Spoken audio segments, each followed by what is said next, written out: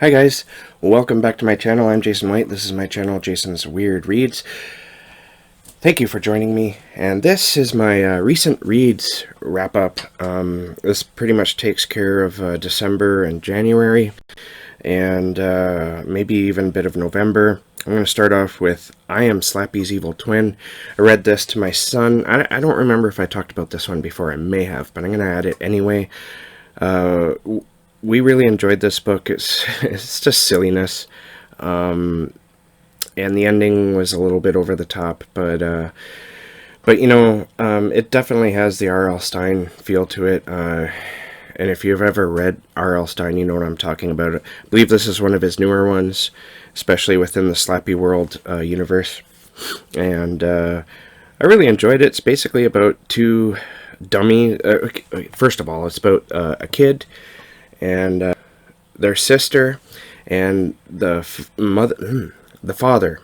The father is a movie maker, and he tends to keep a lot of props that he makes because he makes horror movies. And he ends up with these two dummies, which is Slappy and, of course, his evil twin. And they, of course, come alive, and only the kids can see them. And the father can't, because whenever he comes around, the evil those two dolls, they just fall flat and act lifeless until, of course, the father walks away. And of course the father doesn't believe the kids, and so there's that typical R.L. Stine thing. But you know, I think maybe I was talking about this book in my last wrap up, because I think honestly, if your kid came up to you and said, you know, these dummies are alive and they're doing terrible things, they're plotting against you, I'd be like, you know, no, they're not. Stop acting this stuff out. You know, we wouldn't believe them because it's a ridiculous notion. Although it is believable, it does become somewhat of a trope that R.L. Stine uses, perhaps a little bit too much. I don't know. Anyways, I enjoyed it. I read book 10 of the Crossroads, or of the Wheel of Time, which is Crossroads of Twilight. And if there was ever a book that almost made me stop reading The Wheel of Time, it was this one.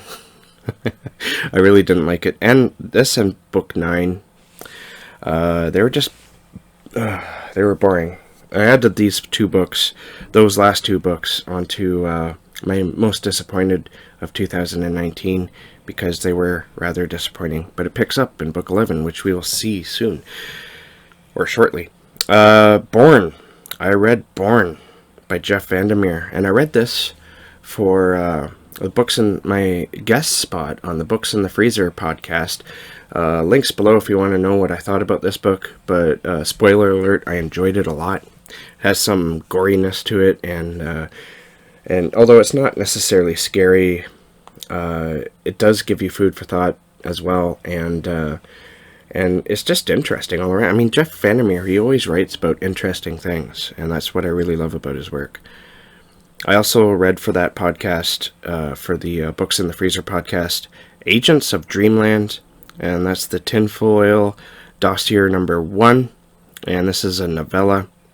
I read this, I think, in 2 sittings, so it was a lot better. I didn't mention this on the podcast, but at least I don't think I did.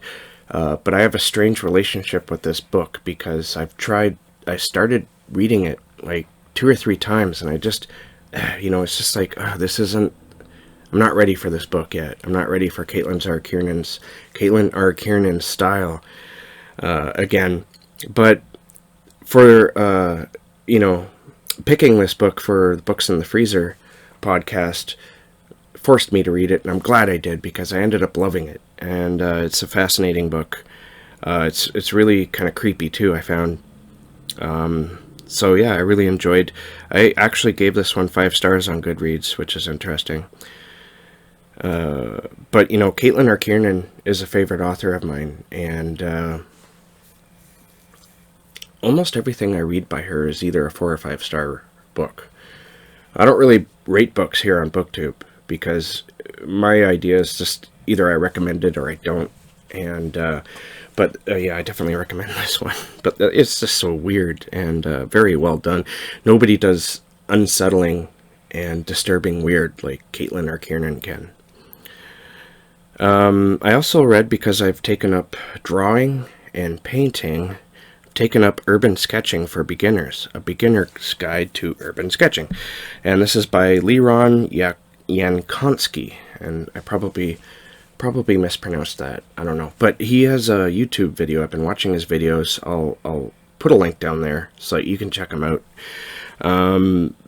Yeah, this was rather short and not exactly fun to read. It was more of an instructional tips on how to improve and how to draw buildings and whatnot. But he starts off with the fundamentals, so it's very much for the beginner.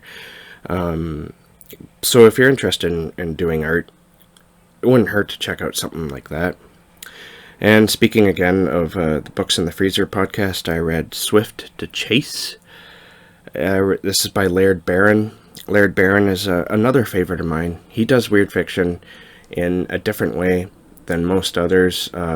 Most weird fiction characters like to they pretty much wallow in woe and sadness, because usually something bad's happened to them, and that's usually what leads to the weird thing. But Laird Barron's characters are always strong and tough, nitty gritty, but they can also be very vulnerable, and that's one thing I love about Laird Barron is he wears his influences on his sleeve, and his work is never easy to read, never. And but it's always rewarding too. I love Laird Barron's work, and if you're into weird fiction and you haven't checked out Laird Barron yet, you probably need to fix that. And it wouldn't hurt to start here. One thing I loved about Swift to Chase is how he plays with the idea of vampires and werewolves, especially werewolves. And but you never actually see a werewolf, and it's never said if what was happening within that story was caused by a werewolf or not. But you sort of get the idea that it probably was. I already talked about this one in my top science fiction book. If that one comes out before this one, there will be a card here, maybe not. It all depends on my editing skills. So Terminal is it. It's more of a short story, honestly. It's a Tor.com short, and it's basically about all these people who are being shipped to Mars in their own one person spacecraft called Slappys, and it basically goes into why they decided to go off into Mars, and they can talk amongst each other, and so relationships form and whatnot. It's a very interesting book, and I absolutely love it. I mean, it made my top 10, so check that out. Another R.L. Stine book. This one, I think, is my favorite so far. It's A Shocker on Shock Street, and it's Goosebumps number 35. And I read this one to my son as well, and it surprisingly has a bit of a slow start. But as it progresses, it's very much of a progression, this book. The intensity just keeps building and building and building until it reaches the peak. And I found that the ending was rather disturbing. You could look at the ending and be like, really? But I didn't. I found, because you're following these two kids as they go through this this movie set ride that pretty much takes them through all these horrific things, and things start really happening. Once you learn like what the twist is, and you sit down and you think about that, it's terrifying. All right, Knife of Dreams by Robert Jordan, book number 11 of The Wheel of Time. Now, this book is where I think the series started to come out of that slog, and things got exciting again. I really enjoyed this book. There's a few things that happen in the ones that I said were slogs and I really didn't like. There's some really important things that actually happen in those books, but I don't know what was... I think maybe Robert Jordan was sick while he wrote those books. It was just the overall presentation just it slogged, but this book, it really started to pick up again. You know that Robert Jordan was thinking that this series has to end now. And he was gearing up towards that, and unfortunately he passed away before he could finish the series himself. But he would, they would get it done with Brandon Sanderson, and I just finished book number 12, which is The Gathering Storm, which Brandon Sanderson, he took all the notes by Robert Jordan, and he created the last 3 books of the series, and I just finished Crossroads of Twilight. That's book number 10 I was just talking about, The Gathering Storm. And if book 11 was starting to pick things up, my god, book number 12 just skyrockets. And it's suddenly as exciting as it was within the first 4 books. First 6 books. I went through this book really quickly. It took me less than a month to listen to, which typically takes me about a month to go through each book. This one, I think I finished within 20 days, and that's pretty quick for me for a book its length. The audiobook is like 34 hours long. The one I'm on now is like 38 or 39 hours, which is Towers of Midnight, which is book number 13. And I'm really looking forward to seeing how this series wraps up. And I'm also, wow, you know, it's been like almost a year of my life reading these books. And it's the weird thing about listening to these consistently whenever I have the free time to do so is that it's become very much my comfort book. You know, terrible things could be happening to this book, but I feel like it's almost like a blanket that I can wrap around me, you know, and it keeps me warm and safe. But yeah, it's very much a comforting thing. So when it comes to an end, I'm gonna have to jump to a new series, because I think I need that in my life now, honestly. I mean, reading has always been that way, but the reason why I say this is because I sort of upped the amount of time that I would listen to audiobooks for this reading, binge reading this series. And it worked out quite well, and I don't want that to end when I'm done with this series. I just have to pick the series, but I'm thinking either the Way of Kings series, or the Brent Weeks Black Prism series. I can't remember the name of the series. I'm sort of hemming and hawing between those two, or maybe a Robin Hobb, the Farseer trilogy I want to reread, and yeah, so. And to top it off, I also read this, The Hanover Block by Gregor Zane, and I reviewed that. If that comes out before this, then it'll be up there somewhere. If not, then stay tuned.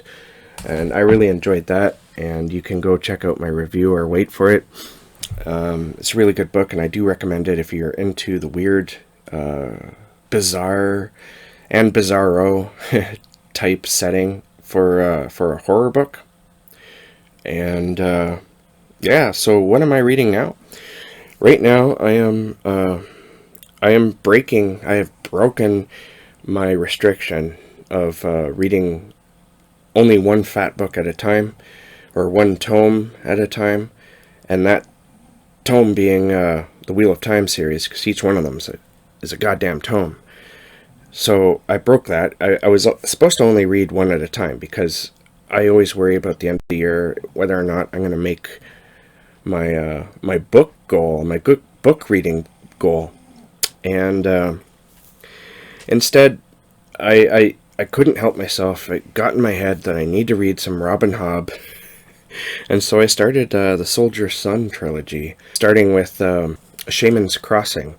I'm about 1/3 the way in, and it's blowing me away. It's the writing, really, and just you following a character in their life. And there's already been one big adventure within this first part of the book that I really love it. when, sort of like the Peter F. Hamilton book that I was talking about in my top 10 science fiction, when the author sort of breaks free from the main story to put you in an adventure that's important to the story, but it's also separate. And if it's done well, you can really be dragged along with the characters as they go through this ordeal. And I really enjoyed that. And of course, as I mentioned, I'm on book number 13 of The Wheel of Time. So yeah, that does it for me. Thank you for watching, and if you made it this far, you are the best. So that is the first batch of my binge recording, and you could tell probably by the end that I'm just like, ugh, I'm getting overwhelmed. I'm starting to lose the words. And so thank you for watching.